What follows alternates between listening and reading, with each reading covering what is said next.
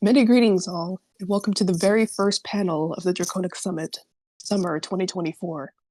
My name is Luunaathh, and I am a Lyco-Draconic werewolf who is deeply connected to a divine, non-perceivable, celestial draconian being who goes by the same name.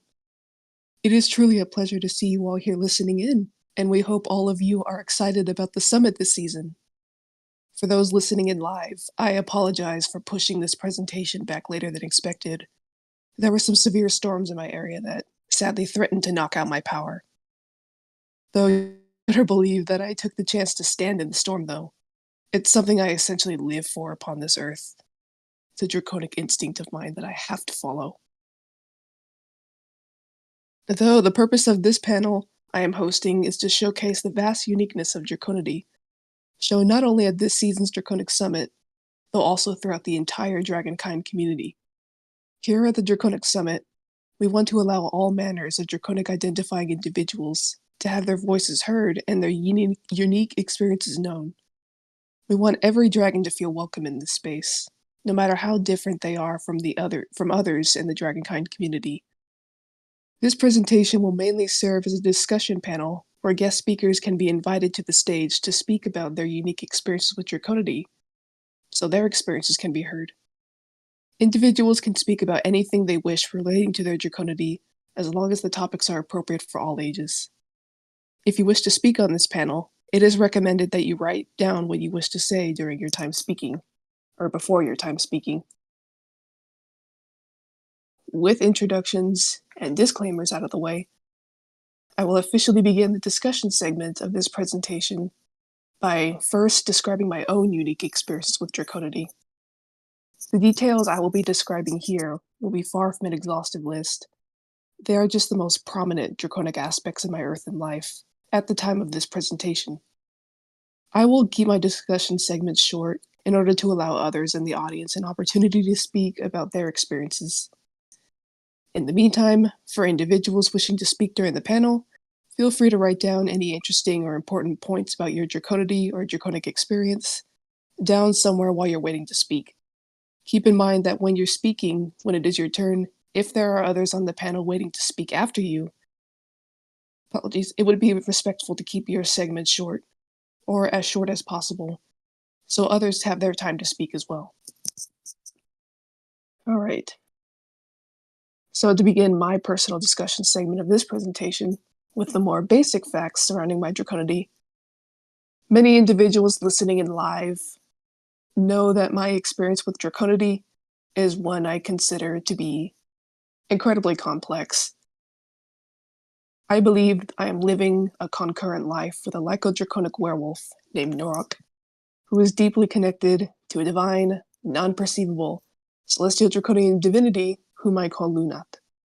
This may sound strange to many listening in, though bear with my being.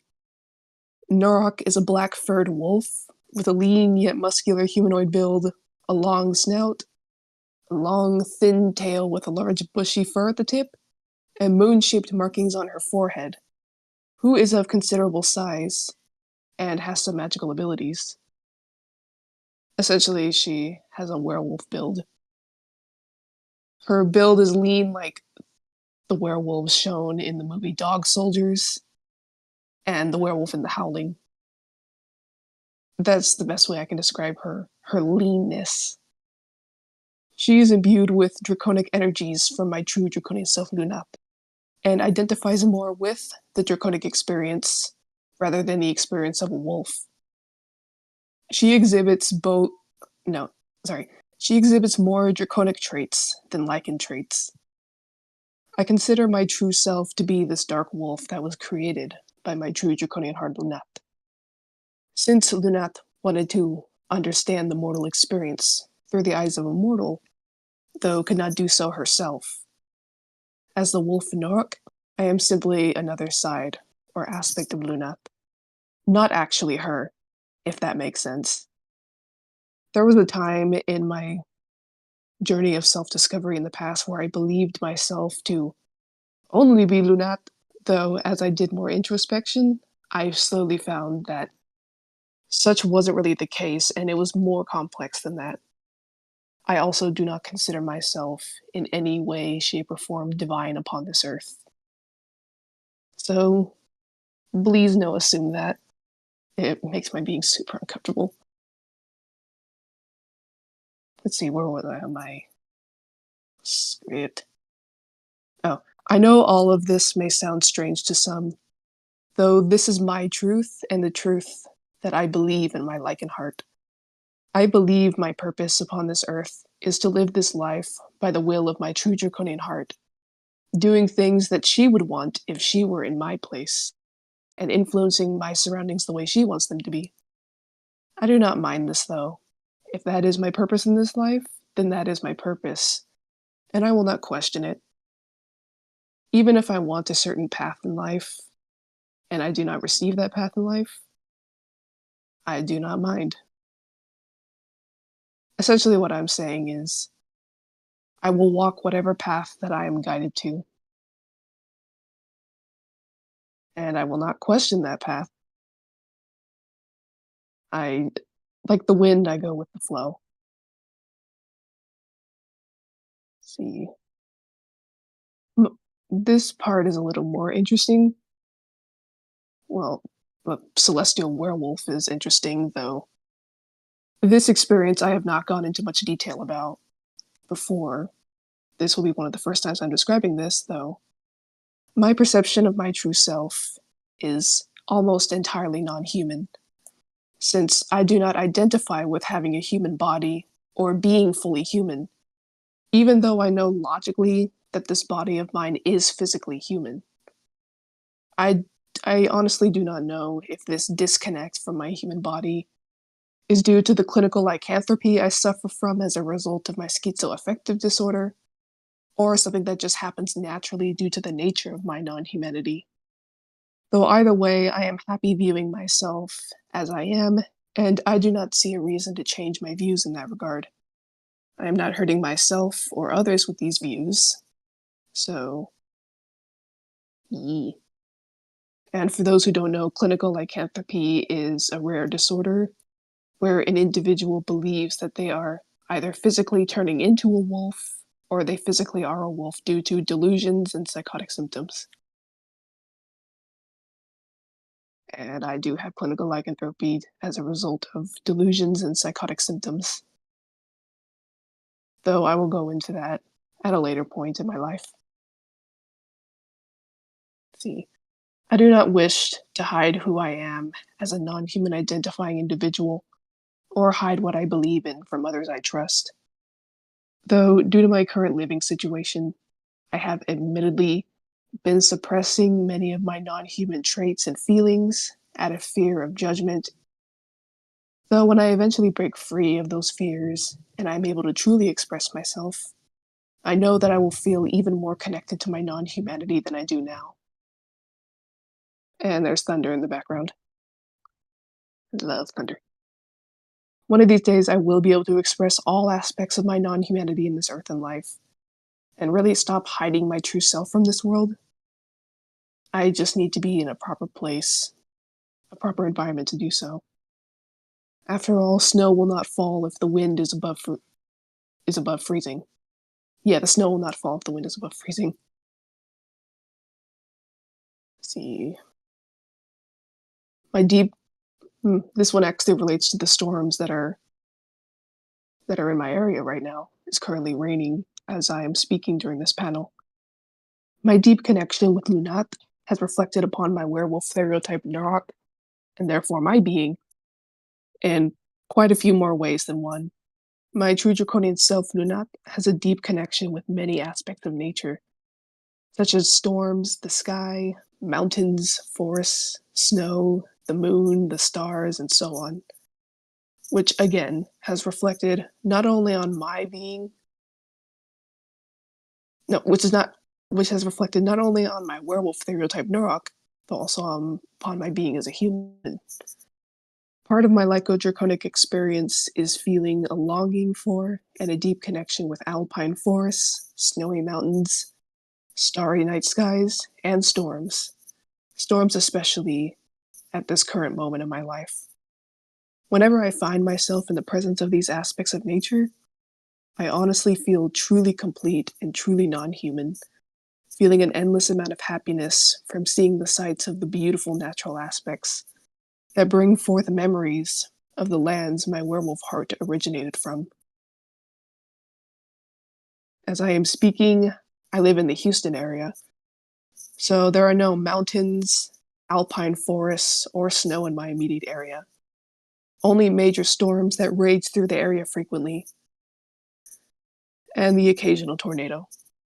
Whenever there is a storm in my area, no matter the danger, no matter how severe the storm is, the lyco-draconic werewolf in my soul always wishes to stand directly in the storm, even if there is lightning crashing right above my being, and the heavy rain soaks my human form. It is something my werewolf self does in our concurrent life, and something I will always do upon this earth. It gives us both immense joy and fulfillment. In fact, much of the spiritual reflection, introspection, and self-discovery I do currently happens during a storm or while watching distant storms. Storms have also gotten my being through very difficult points in my life. So I am very grateful that the storms have been so good to my being. One of these days I will move to an area where there are alpine forests and mountains and snow, and needless to say, I will be endlessly happy. The last little segment of my discussion, segment, is that I follow a draconic spiritual path upon this earth that directly honors the draconian divinities my true draconian heart and my werewolf heart revere and interact with. I call these divinities the original draconian triad. They are elemental creator divinities that happen to be dragons. They are responsible for all of creation in the realms of existence my true draconian heart Luunaathh and my werewolf self Narok originate from. Though they do not interact much with this universe, though. The one I call the Almighty Original One holds reign over the void and creational matter. The one I call the Almighty Tempest One holds reign over the storms, water, and the sky. Even as I speak these words and as the storm, I wouldn't say rages though, as the storm happens outside, and as I'm speaking these words, I am honoring the Almighty Tempest One, even if subconsciously, thanking him for his blessing and his element. And of course, the one I call the Almighty Volcanic One holds reign over fire, earth, and death. These draconian divinities are only known to my being, my guardians, and the beings who exist in the universe my true draconian heart hails from. I deeply, deeply honor and revere these divine beings, since they have allowed for my creation and my existence upon this earth. Since I am bodily indigenous Mesoamerican in this human life, or indigenous Mexican, or Mexica, during traditional indigenous ceremonies, I do honor the original draconian triad, though I refer to them during ceremony as Great Creator, Father Sky, and Mother Earth, respectfully. I am not allowed to recognize or revere other spirits or divinities as a human, other than Tezcatlipoca. Tezcatlipoca is the ancient Mesoamerican god of the smoking mirror, the north, the night, jaguars, and many other aspects of sacred creation. I actually had a past life as a jaguar spirit. My jaguar stereotype originally was a physical jaguar, though died in a wildfire, and eventually came back as a spirit that slowly gained sapience, thanks to Tezcatlipoca's doing. And I'm grateful that he did such for many reasons, though. For the sake of keeping this panel short, I will go ahead and omit those details. I do run a virtual powwow where I will be going into a lot of detail about I blanked. about my relationship with Tezcatlipoca as a jaguar spirit who was once connected to him deeply in another life. Though again, I want to keep this discussion segment short, so I do my best to balance walking these two spiritual paths while maintaining respectful boundaries. The original Draconian triad are understandably and respectfully strict divinities, so I have to be careful not to rouse their anger. Otherwise, I am in for a world of hurt. And I understand I am understanding, and I will accept my punishment if I do them wrong. My draconic spirituality is quite interesting, I suppose. However, that is all that I have on my panel script currently. So I will go ahead and open up the stage for discussion. Um, yes, we will be. Yeah, we will be allowing guest speakers.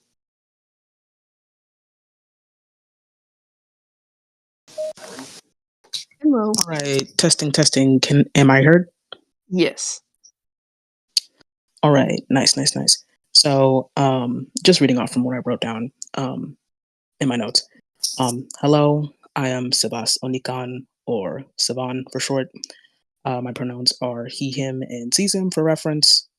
Um, in regards to my Draconity, I've talked about it here and there in both the Draconic Summit's Draconic discussion channel and in the Celestial Spire, but personally, I feel like my experience as a fiction based dragon really opened up my eyes to the diversity of draconic identity.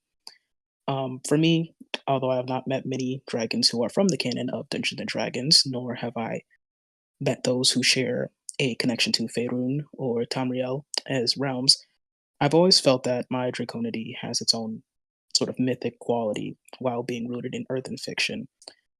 The lore of D&D and the Elder Scrolls, respectively, are incredibly vast, each of which orchestrating how Draconity relates to their environments, their culture, their history, and more. From draconic pantheons to draconic historic figures, whether that be Oranax in D&D or Parthenax in Skyrim, I feel that I am a part of that as well, whether in Faerun or in Tamriel. Um, Even in this world, the traits I harbor from my true home still follow. So, in context of that, in Faerun and Tamriel alike, I am a scholar. Um, I take residence in Candlekeep, ideally, taking great pride in the collection of knowledge. From below the Sea of Swords, rage beneath the fortress that is Candlekeep. And to many an adventurer, it may read as foreboding, but to me, that is my home. In this world, however, I hoard books, used or new. I read them cover to cover and I protect them in a simple trunk, like a treasure chest. And they are essentially my everything. It's more than just being like an avid reader or a hobbyist, they are a part of my experience of the life that I ideally would have or can only have through spiritual means, um, as opposed to the life I have here physically. Um, I write poetry, journals, essays, and more pertaining to this experience, as I would in Candlekeep. And all the while, it's just silently longing for that place that I call home. Not all dragons may have these feelings as reflected in my experience, and that's perfectly fine. But I have also found that that brings me closer to my kind, if anything. These sort of feelings also follow down to my specific draconic species. I am a metallic dragon, specifically a gold dragon, and it is a species unique to the world of Dungeons and Dragons. This specific species of mine is deeply relevant to my ultra humanity as it influences many of my other species. Um, I am polykin and polytherian, and by extension, I am polymorphic, but I am a polymorph with draconic roots at my core. This is relevant to my specific species because gold dragons, like many metallic dragons in Dungeons and Dragons, are capable of changing form in the canon, and this can range anywhere to other um, feral species or humanoid species such as dwarves, elves, humans, what have you. Um, and this is one of the many qualities that led to me realizing that this was my specific species. I won't go into every detail about that for the sake of time, but I have always found it so fascinating personally, as it see it like as it feels seemingly distant from specific draconic species you would see in earthen mythology. Um, there are a lot of qualities within that that still reflect those species and those experiences in our own canon and lore. So while I do not personally see myself as fitting within the descriptor of a Western dragon or an Eastern dragon, I can still see the qualities of these like earthen species in their presence through my own species as a metallic dragon. This may be due to their visual inspiration on the dragons of D&D, and perhaps in past times we once were some form of Western or Eastern dragon because some gold dragons in 1E favor heavily the appearance of an Eastern dragon. Either way, regardless of the basis of our individual draconic identities, I feel like we are all still connected regardless of that context. That's something that I've come to appreciate as a dragon hailing from a fictional breed. I've always seen community as something that involves celebrating our diversity and differences as one, rather than celebrating sameness across the board. Because ultimately, draconic identity is so expansive and complex. To me, it is incredible to be able to see how a lot of dragons, and draconic beings, like right here, right now, embody that. And that's really all I have to say. Understandable. Thank you so much for sharing. It's much appreciated. Hmm. Let's see, does anyone else want to come up on stage and speak?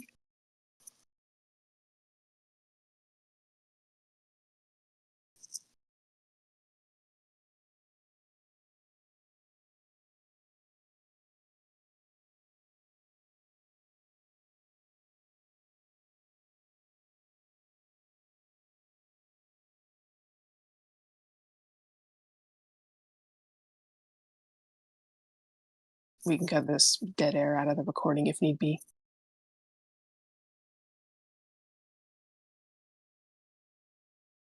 Also understandable, take your time writing your script. There's no rush. We still have about 36 minutes left in this panel, so there is still time.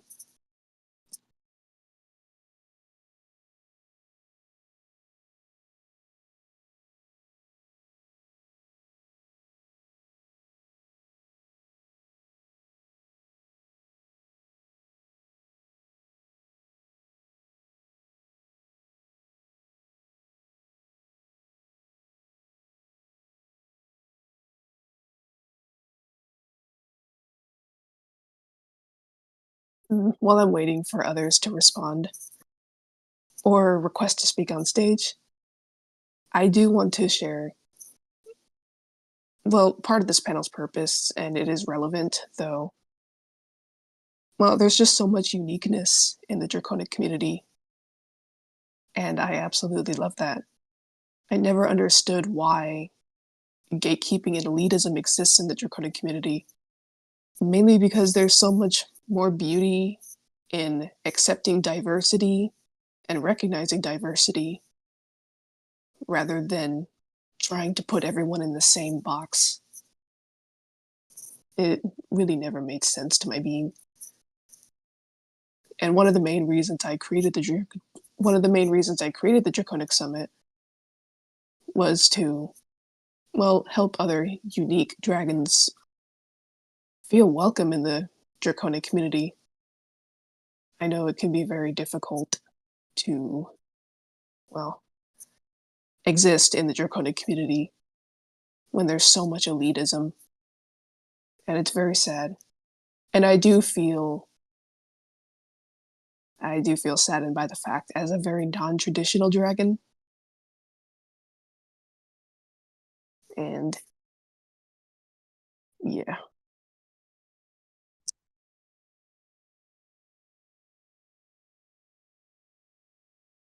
Gatekeeping is the unfair excluding of, well, I guess now gatekeeping is bad in certain cases, like with cultural appropriation, though. Gatekeeping is the exclusion of individuals from a group.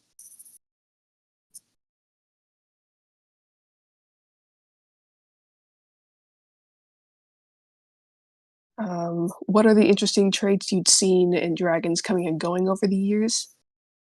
It's really hard to say. I think every dragon I've met has something unique about them that's notable.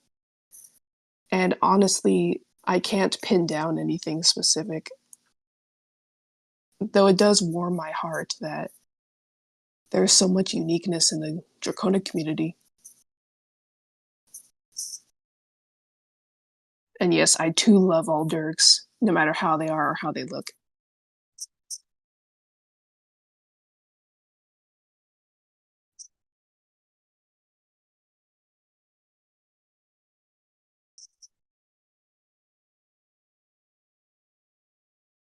Yes, Draconity is very expansive. Sivan, if you want to continue speaking about certain subjects, feel free to here on the stage.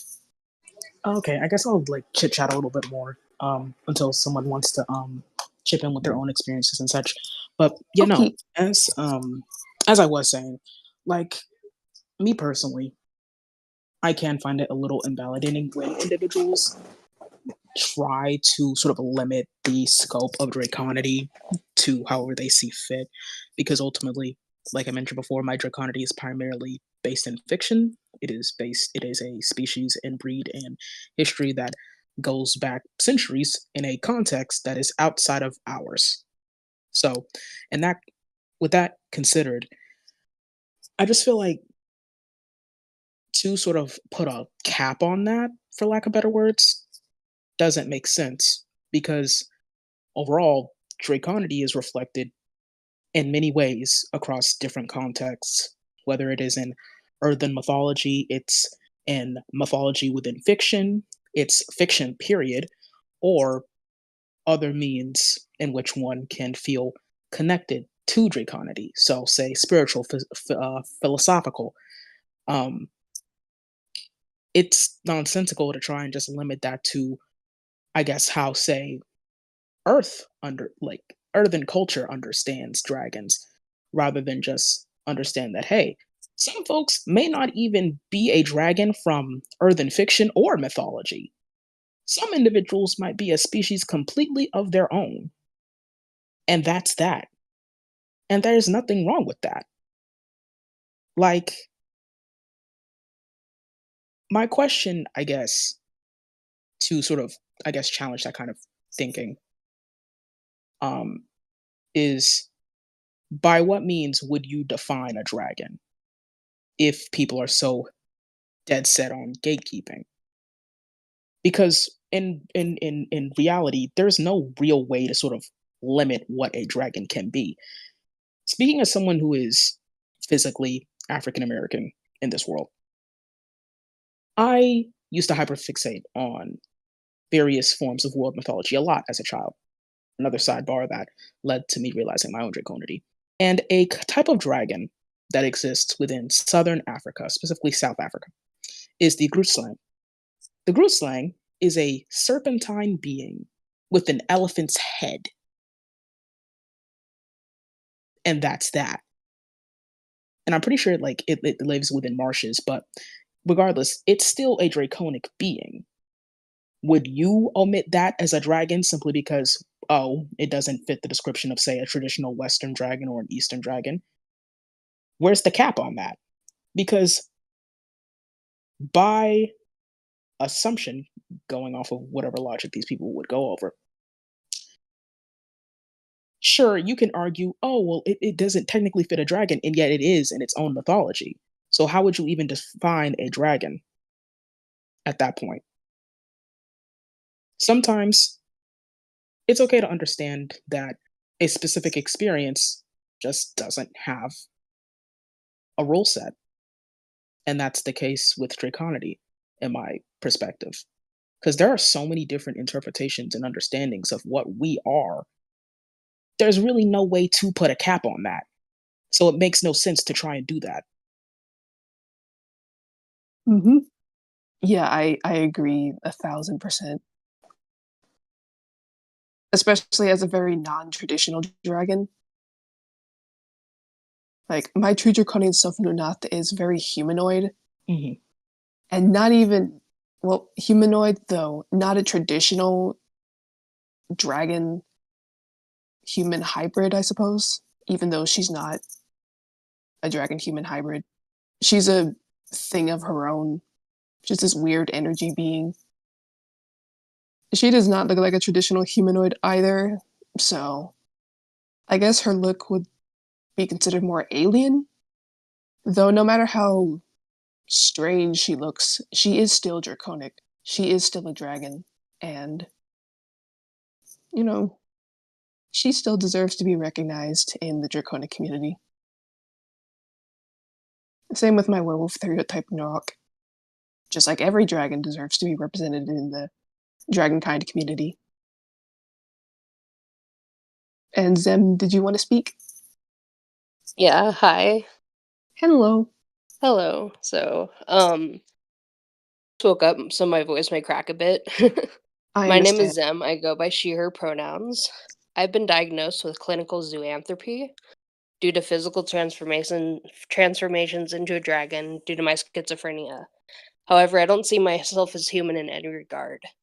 At the same time, I personally always see myself as a physical dragon.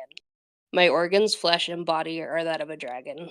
Just um Just one who can somehow disguise as human, a disguise others cannot see past. This was a short little thing to say, but I just wanted to acknowledge your experience with lycanthropy and share my own a bit.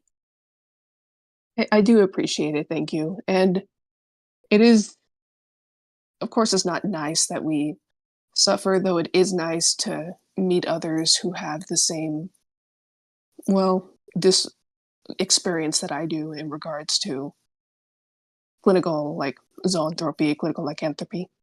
Yeah, it can My definitely clinical, be a challenge at times.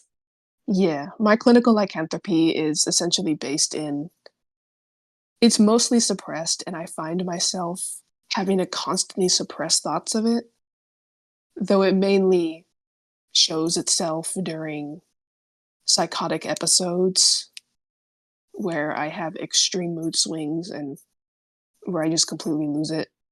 I essentially revert to an animal like state and believe that I'm physically transforming into a werewolf and therefore act like I am. It is Yeah, very, yeah, go ahead. my draconic nature, it's pretty constant for me, just like being physically a dragon, I guess. But transformations can be pretty intense. Hmm. Yeah, I So yeah, feel that's all I wanted to say. understandable. With my, I guess I could call them transformations. Um, I guess it's not phantom pain since I don't experience phantom limb syndrome in the medical sense, though I do feel some kind of imagined pain during these perceived transformations, and they are very interesting to say the least. Because even though nothing is happening, it's still painful, and never understood the psychology behind that. Though I probably need to do some more research on such. Yeah, it's pretty interesting once you study it, honestly. Oh yeah, for sure. Heart of Frost, did you want to say something?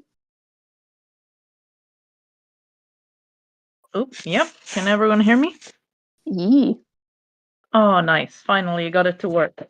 Sorry for the Yay. technical issues. It's okay. Um, it, Thank you for inviting me on stage. It's really nice being here.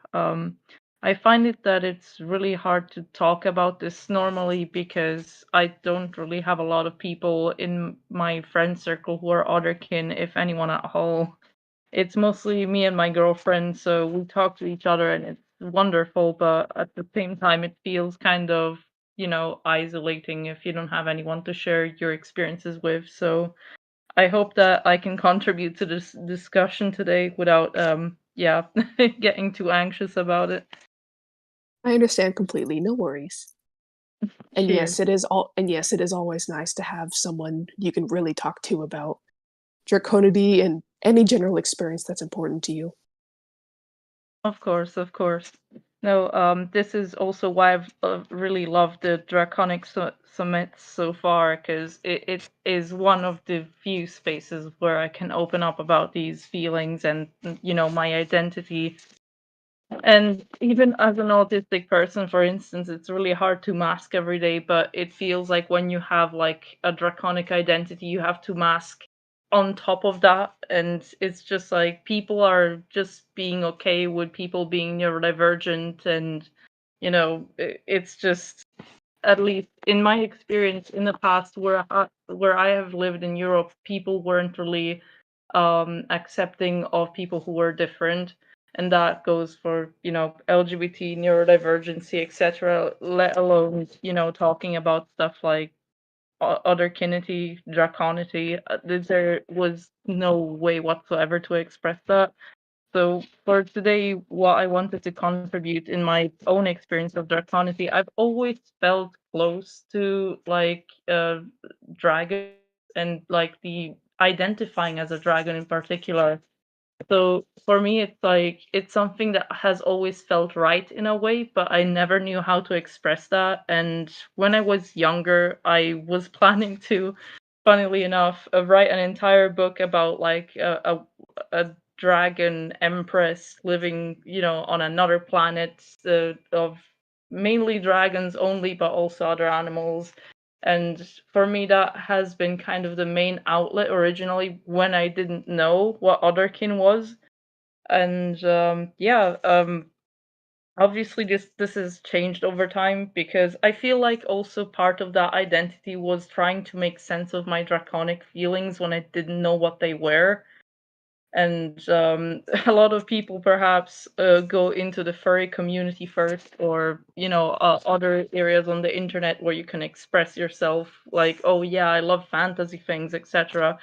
But it never really clicked for me until I awakened in 2020, when I actually got to know the Otterkin community, and for that I will forever be grateful. I feel like, because one of the experiences that I've had in particular that has always stuck with me was when I was a child, and we're talking about aeons ago at this point, because I'm almost 30 years old. But when I was like 7, 8 years old, one of the things that I would do that was completely irrational on the surface is um, I would try to replicate the feeling of hatching from an egg. And this is perhaps a bit weird, but I wrap myself like in blankets and just try to push out of them and break out as if it was a shell, and that to me felt natural for some reason. But yeah, that's the contribution that I wanted to give to the discussion. Then again, I'm pretty sure that other people want to come on board and talk about a lot of other things as well. So yeah, Yeah, feel free to add on top of it or chat away. I understand completely. Thank you for sharing. Mm. Considering that I only awoke as my true draconian self in 2020, and therefore don't consider anything before 2020 my memories because of the nature of my awakening, I don't necessarily have any childhood draconity experiences that are notable. Though the human body, when the human body was a child, it expressed a lot of um, wolf and dog-like behaviors until it was forced to repress that. And around the teenage years, that repression kind of went away, and slowly it realized that, oh, maybe there is something more to these feelings.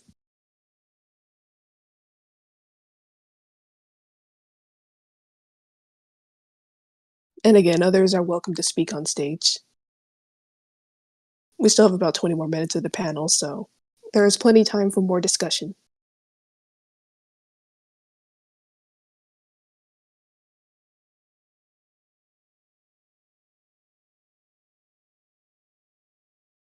And again, we'll just cut this dead air out of the recording.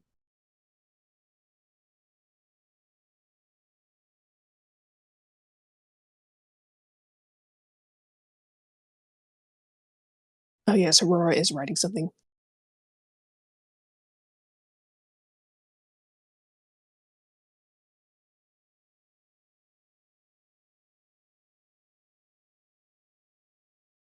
On the subject of clinical lycanthropy, the disorder and the experiences of the disorder are very commonly misunderstood in the alterhuman community, mainly because a lot of people associate clinical lycanthropy and clinical zoanthropy, which are two different things, by the way, is the same thing as they think it's the same thing as physical shifting when it's really not. Clinical lycanthropy and clinical zoanthropy is based in disorder, while physical shifters generally believe themselves to, well, I guess some clinical lycanthropes or zoanthropes could feel that they shift voluntarily, though most physical shifters are not, their beliefs are not based in psychosis or a psychotic disorder like individuals like myself who suffer from clinical lycanthropy or clinical zoanthropy. And many of the experiences with clinical lycanthropy and clinical zoanthropy are different than non-psychotic physical shifters. Overall, it's very sad to see the judgment towards people with clinical lycanthropy and clinical zoanthropy, and the judgment of people with psychotic disorders in general. Like, it's already hard enough to live with these struggles. It makes it even harder when people are being unfairly judgmental or expressing internalized ableism. Though I won't be a Debbie Downer on the panel too much.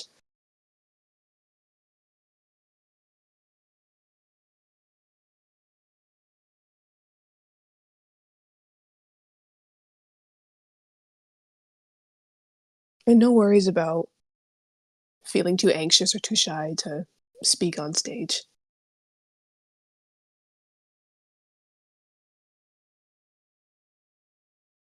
Everyone does things at their own comfort, and that's okay. There's no pressure to talk during the panel. If anything, it's my responsibility to, as the host of this presentation, to keep the conversation going, though speech disorder very much gets in the way, so.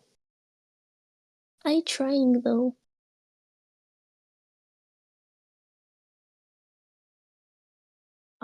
Would it be okay if I added a little point that I nearly forgot about to talk about before? So, yeah, Okay. no, there was one thing in particular that stuck with me during the initial discussion, and that's, seeing dragons as beings from another world or beings from this world. So, since I also have like a wolf stereotype, it's kind of hard for me to see dragons as like something from this world sometimes. But then I remind myself, things they can interchange. Could be that something in my past life, because like both I'm gonna start over. There we go. No worries. Sorry, anxiety getting to me. But yeah, basically, starting over, seeing dragons as fairies has always been something that I thought about, because I don't know if that would be accurate or not, or if there is such a thing as parallel dimensions. I know some things to be true from the fact that like my dragon self and my wolf self are both past lives. They're not psychological kin. So some of the memories that I have recovered while I awoke as a dragon and a wolf have given me hints that maybe, if not this world, there may have been like a parallel universe, perhaps, where I have existed as a dragon in the presence of either humans or humanoid creatures. Because there are memories that I have that are associated with that, and definitely, that they're not something that feels wrong or that I'm unsure about. I feel very strongly that they did happen for me. So I don't know. I feel like people should be able to identify with whatever they feel comfortable with, so they could call themselves a fictional dragon, a fairy dragon. Whatever feels right is usually, there's no wrong answer with identity. So that's more or less what I was trying to convey, but yeah, that's what I Yee. forgot to add to the discussion. No worries, I understand. Thank you for sharing. I blanked. Disorganized thoughts, no fun.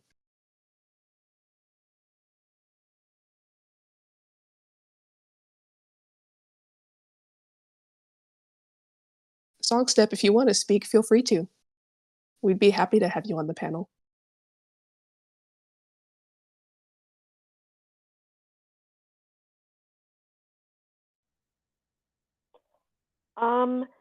So I am Song.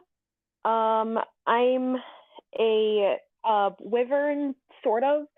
It's interesting because I know a lot of people here have like this certainty about their draconity, but I don't know where mine comes from. Where people have like where I don't know where I'm from. I still don't quite know what I look like. It's interesting because these things change a lot, but there are some things that are certain, and I know what my wings feel like. I know how my draconic body moves, and I know about a central piece of my draconity that I haven't really seen before is its connection to music. So, some of my strongest shifts have been related to music, where certain songs, like I hear them and I feel my crest, I feel my wings, everything feels that way. And it's not just that. I've been exploring draconic paganism, and storms are especially important to me. But I believe that thunder is dragons singing to each other. Storms are also special because storms are just special for dragons in general.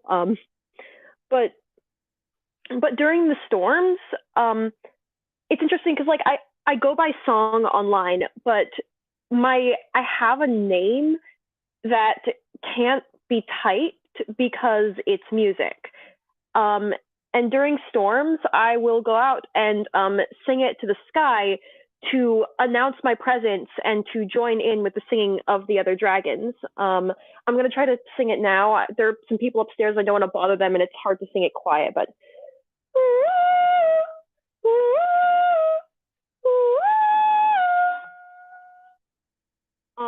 yeah, that's my name. But it's interesting because I also like my draconity. I understand it as connected to the four elements, which as an intersection of all of them, which is interesting. Which I associate the different vocal registers with the four elements.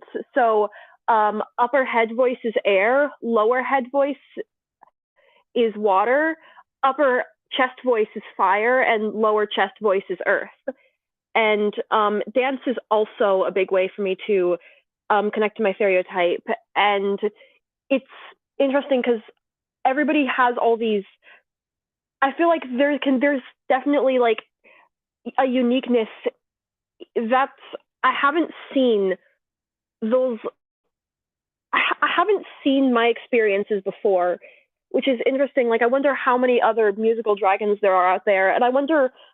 I'm blessed with a singing voice that I've learned how to use since birth, and I wonder how many people there are out there who are like me, but can't voice their own names because they don't know how to sing, and I just wonder about that. That's pretty much all I have to say. Yeah, that's understandable. Thank you so much for sharing, and that song was actually very beautiful. Thank you. Yeah, I have heard that some dragons in the community communicate either through melodies or songs. Hello. Oh, hi. Sorry. I didn't know it was just going to automatically put me here. It's okay. Continue your thing. I'll tell my thing after. Okay.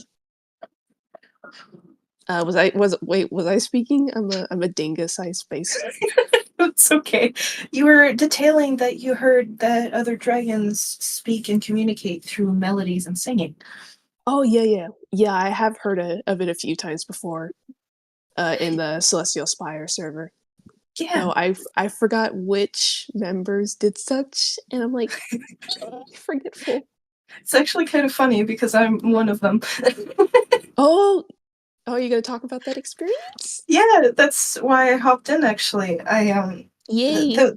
The way my world works is kind of strange. I don't remember absolutely everything, but dragons were a people and we weren't necessarily separated by our individual species.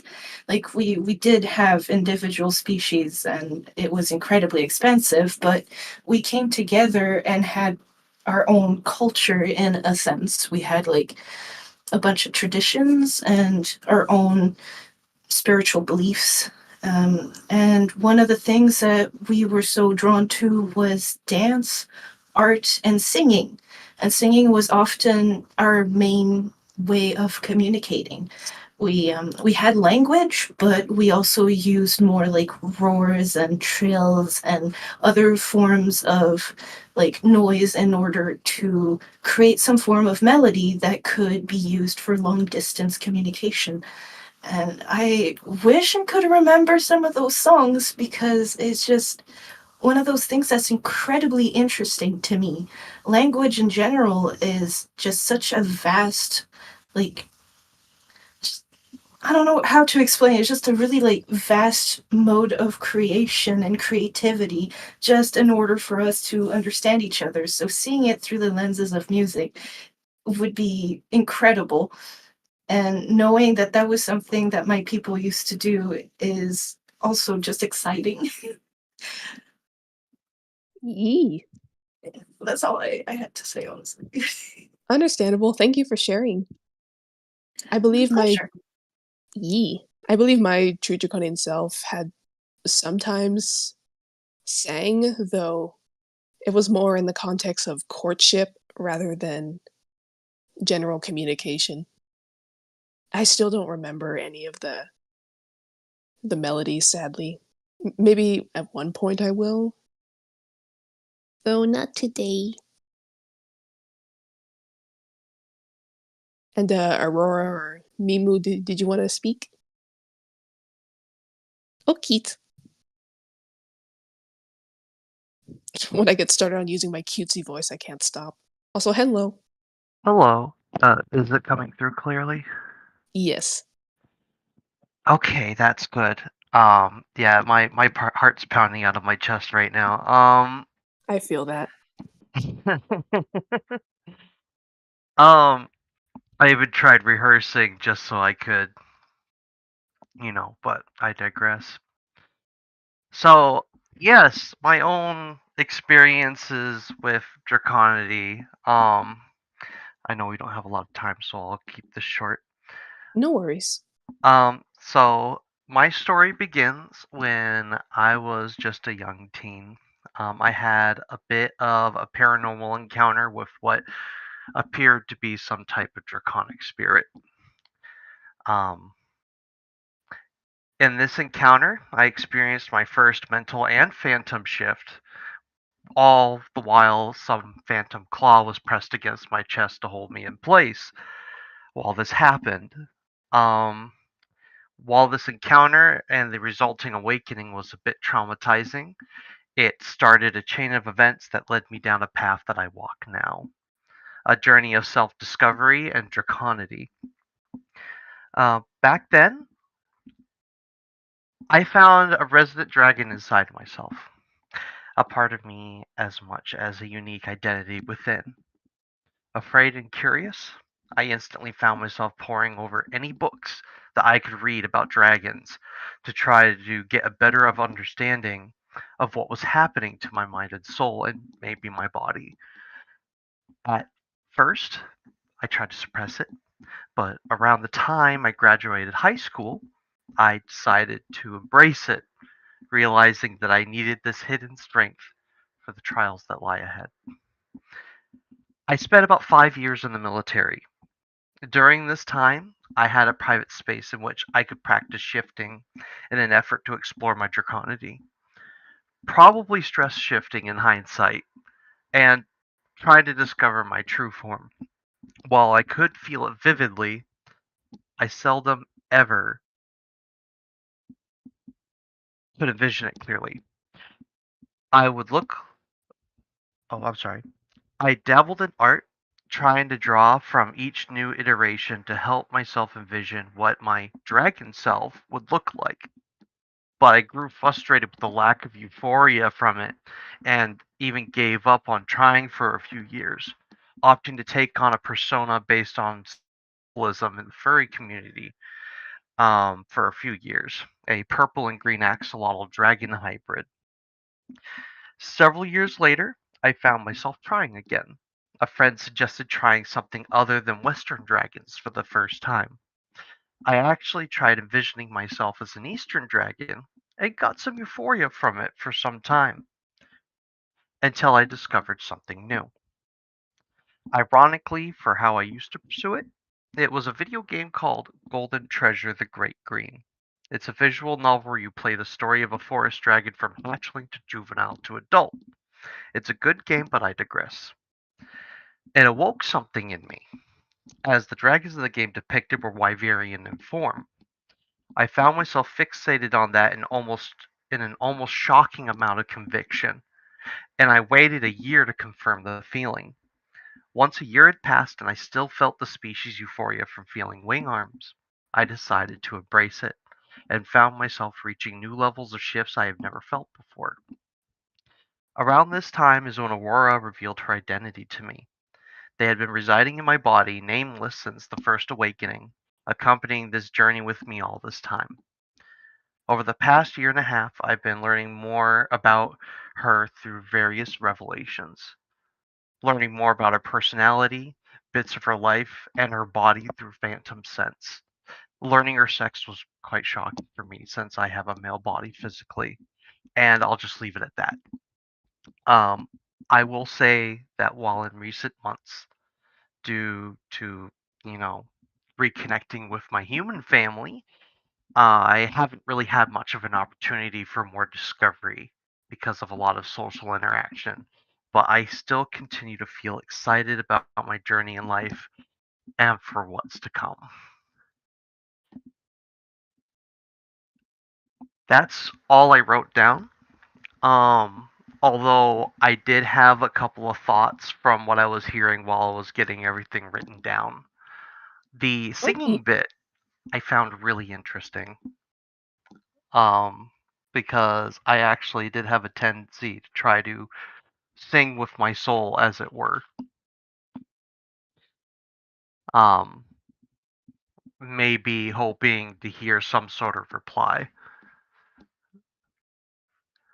So I found that really interesting when somebody talked about not just singing with their soul, but like physically singing as well. And I never thought about thunderstorms that way until now. So that's quite interesting. Yee, thank you so much for sharing. It's much appreciated. Thank you. I really appreciate the chance to speak about this. It's something I usually don't talk about often. So yeah. Yeah, of course. I mean, that's what this event's for. It's for others to express their unique experiences in a safe place. Yeah. So, that's all I have at the moment. So if anybody else wants to speak, I'll just hand the reins over now. Okay. Our 1 hour time limit is up, though, because we don't have another panel scheduled for at least a couple hours. If anyone wants to add some additional discussion, then feel free to. We're not on a time constraint during this panel, luckily. Though as the Draconic Summit grows, we probably won't be as lucky with more and more panels every season, so we gotta take advantage of this opportunity while we can, I suppose.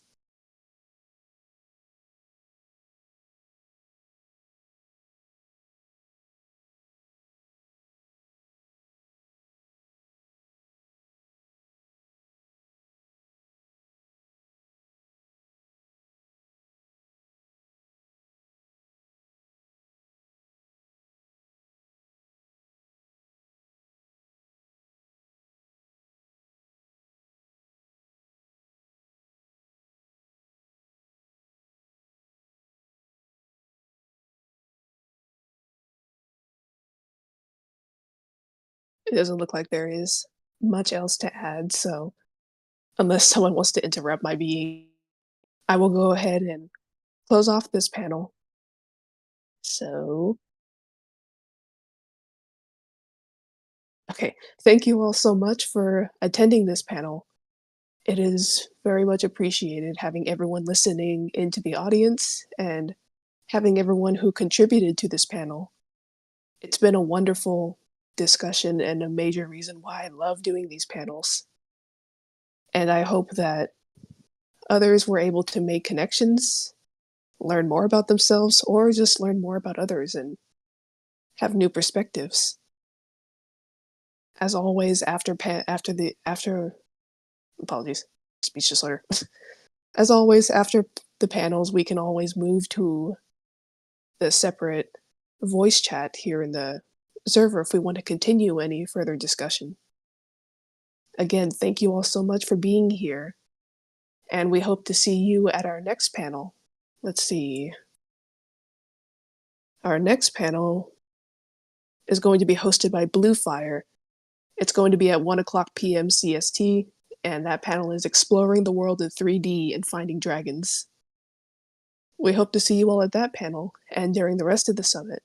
Again, thank you all so much for attending. And we will see you soon.